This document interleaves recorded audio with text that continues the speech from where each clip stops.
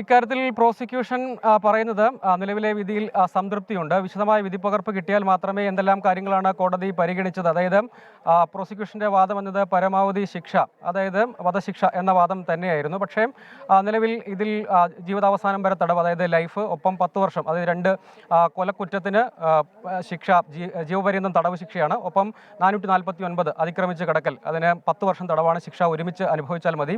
2 ലക്ഷം രൂപ വീതം ഓരോ വകുപ്പിനും നഷ്ടപരിഹാരവും എന്ന നിലയ്ക്ക്, ഇരയ്ക്കുള്ള നഷ്ടപരിഹാരം എന്ന നിലയ്ക്ക് പിഴ ആയിട്ടും അടയ്ക്കണം. അക്കാര്യത്തിൽ വിശദമായ വിധിപ്പകർപ്പ് പുറത്തു വന്നാൽ മാത്രമേ, അത് പഠിച്ചിട്ട് മാത്രമേ എന്തെല്ലാം കാര്യങ്ങളാണ് കോടതി പരിഗണിച്ചത് എന്ന കാര്യത്തിൽ വ്യക്തത വരികയുള്ളൂ. പക്ഷേ പ്രോസിക്യൂഷൻ സന്തോഷം പ്രകടിപ്പിക്കുകയാണ്. കാരണം കേരളമാകെ ശ്രദ്ധിച്ച ഒരു ക്രൂരമായ കൊലപാതക കേസ് കൂടിയാണ്.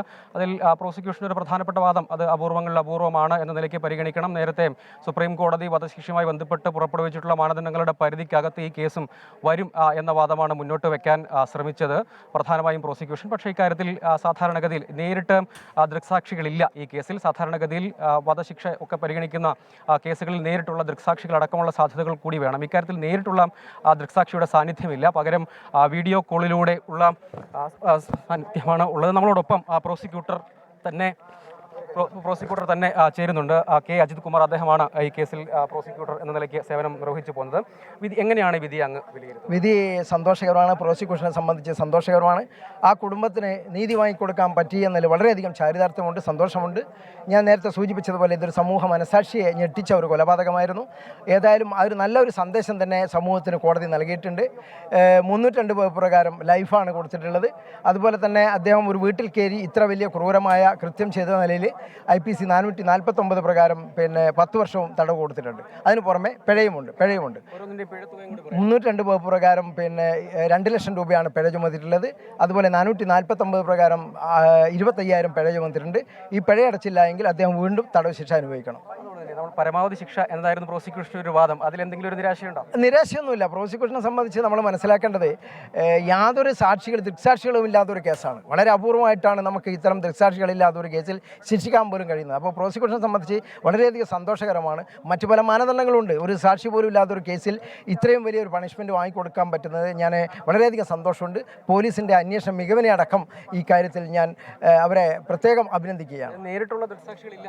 ഇല്ല, ആരുമില്ല. സംഭവം ഒരു വീട്ടിൻ്റെ ഉള്ളിൽ ആരും ഇല്ലാത്ത സമയത്ത് അതിക്രമിച്ച് കയറി കൊലപാതകം നടത്തിയാണ്. ശാസ്ത്രീയ തെളിവുകളായിരുന്നു പ്രധാനം. ആ ശാസ്ത്രീയ തെളിവുകൾ കോടതി അംഗീകരിച്ചു എന്നുള്ളത് തന്നെ വളരെയധികം സന്തോഷമുള്ള കാര്യം. ഫ്രെയിം ചെയ്യാൻ പറ്റി. അതെ, മികച്ച. ഞാൻ അതാ പറയുന്നത്, 35 ദിവസത്തിനുള്ളിൽ തന്നെ കുറ്റപത്രം കൊടുത്തൊരു കേസാണിത്. ശാസ്ത്രീയമായ എല്ലാ തെളിവുകളും അവർ കളക്ട് ചെയ്തിട്ടുണ്ട്.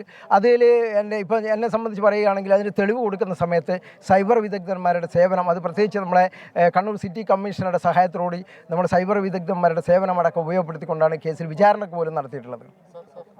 വളരെ നന്ദി. അതാണ് അദ്ദേഹം, പ്രോസിക്യൂട്ടറാണ് നമ്മളോടൊപ്പം ചേർന്നത്. വിശദമായ വിധിപ്പകർപ്പ് കൂടി വന്നാൽ മാത്രമേ എന്തെല്ലാം കാര്യങ്ങളാണ് കോടതി പരിഗണിച്ചത് എന്നത് മനസ്സിലാക്കാൻ കഴിയുകയുള്ളൂ. അതിൽ ഏറ്റവും പ്രധാനമായും കാണേണ്ട ഒരു കാര്യം, അതിനിഷ്ഠൂരമായ ഒരു കൊലപാതകമാണ് അരങ്ങേറിയത്. 29 മുറിവുകൾ വിഷ്ണുപ്രിയയുടെ ശരീരത്തിൽ മാത്രം ഉണ്ടായിരുന്നു. കഴുത്ത് 79% അറ്റ് തൂങ്ങിയിരുന്നു.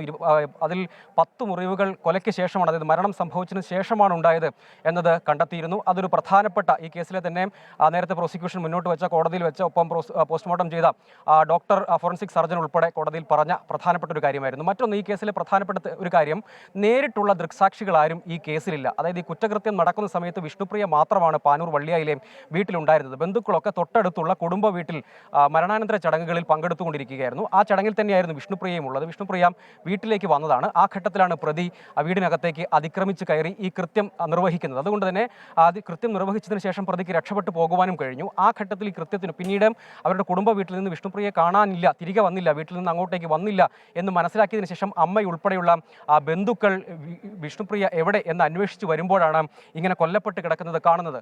അതിനുശേഷം മാത്രമാണ് ഈ സംഭവം അറിയുന്നത്. അപ്പോഴേക്കും പ്രതി രക്ഷപ്പെട്ടു പോയിരുന്നു. അതായത് നേരിട്ടുള്ള ദൃക്സാക്ഷികൾ ഈ കേസിലില്ല. പിന്നീട് മറ്റൊരു പ്രധാനപ്പെട്ട സാക്ഷിയായി ഉണ്ടായിരുന്ന വിഷ്ണുപ്രിയയുടെ പൊന്നാനി സ്വദേശിയായ ആൺ സുഹൃത്താണ്. ആ ആൺ സുഹൃത്തുമായി ഫോണിൽ സംസാരിച്ചു കൊണ്ടിരിക്കുകയായിരുന്നു, വീഡിയോ കോളിൽ സംസാരിച്ചു കൊണ്ടിരിക്കുകയായിരുന്നു.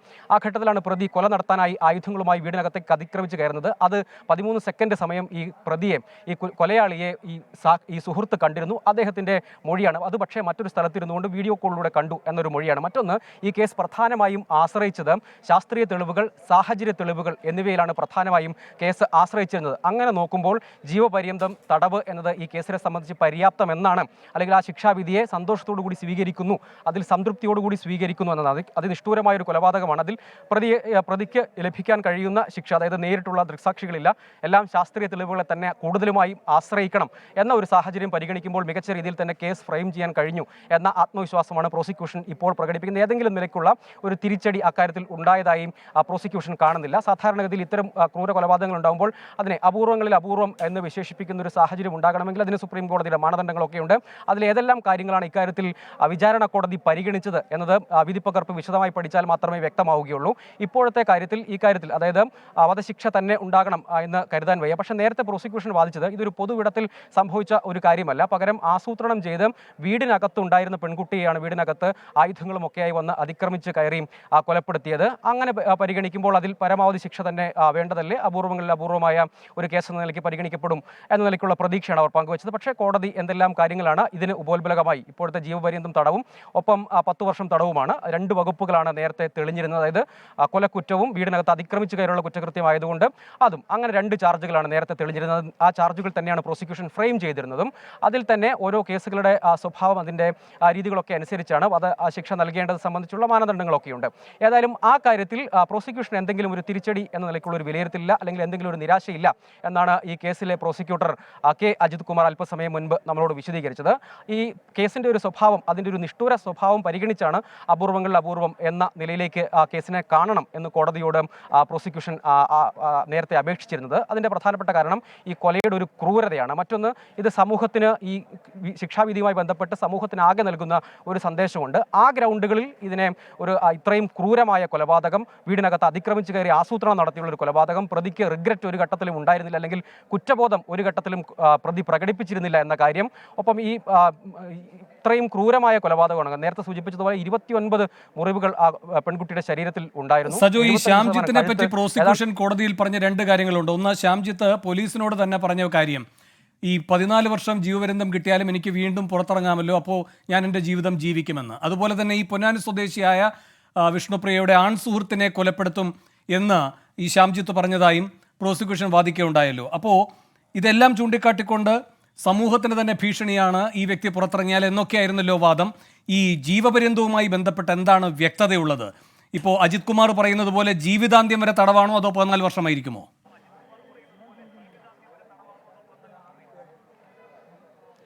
വേണു, ഇക്കാര്യത്തിൽ സാധാരണഗതിയിൽ കോടതി പ്രത്യേകമായി എടുത്തു പറയാത്തപ്പോൾ ജീവപര്യന്തം എന്നത് ജീവിതാവസാനം വരെയുള്ള തടവ് എന്നാണ് ഒരു വിവക്ഷ അക്കാര്യത്തിൽ. പക്ഷെ അതിൽ വിധിപ്പകർപ്പ് തന്നെ ലഭ്യമാകണം, അത് വായിക്കണം. അക്കാര്യത്തിൽ എന്തൊക്കെയാണ് കോടതി പറഞ്ഞത്? സാധാരണഗതിയിൽ നമുക്കറിയുള്ളതുപോലെ തന്നെ ഓപ്പറേറ്റീവ് പോർഷൻ മാത്രം, വിധിയുടെ പ്രസക്ത ഭാഗങ്ങൾ മാത്രമാണ് കോടതിയിൽ വരിക, കോടതിയിൽ പറയുക എന്നതാണ് നമ്മൾ ഇക്കാര്യത്തിൽ കാണേണ്ട ഒരു കാര്യം.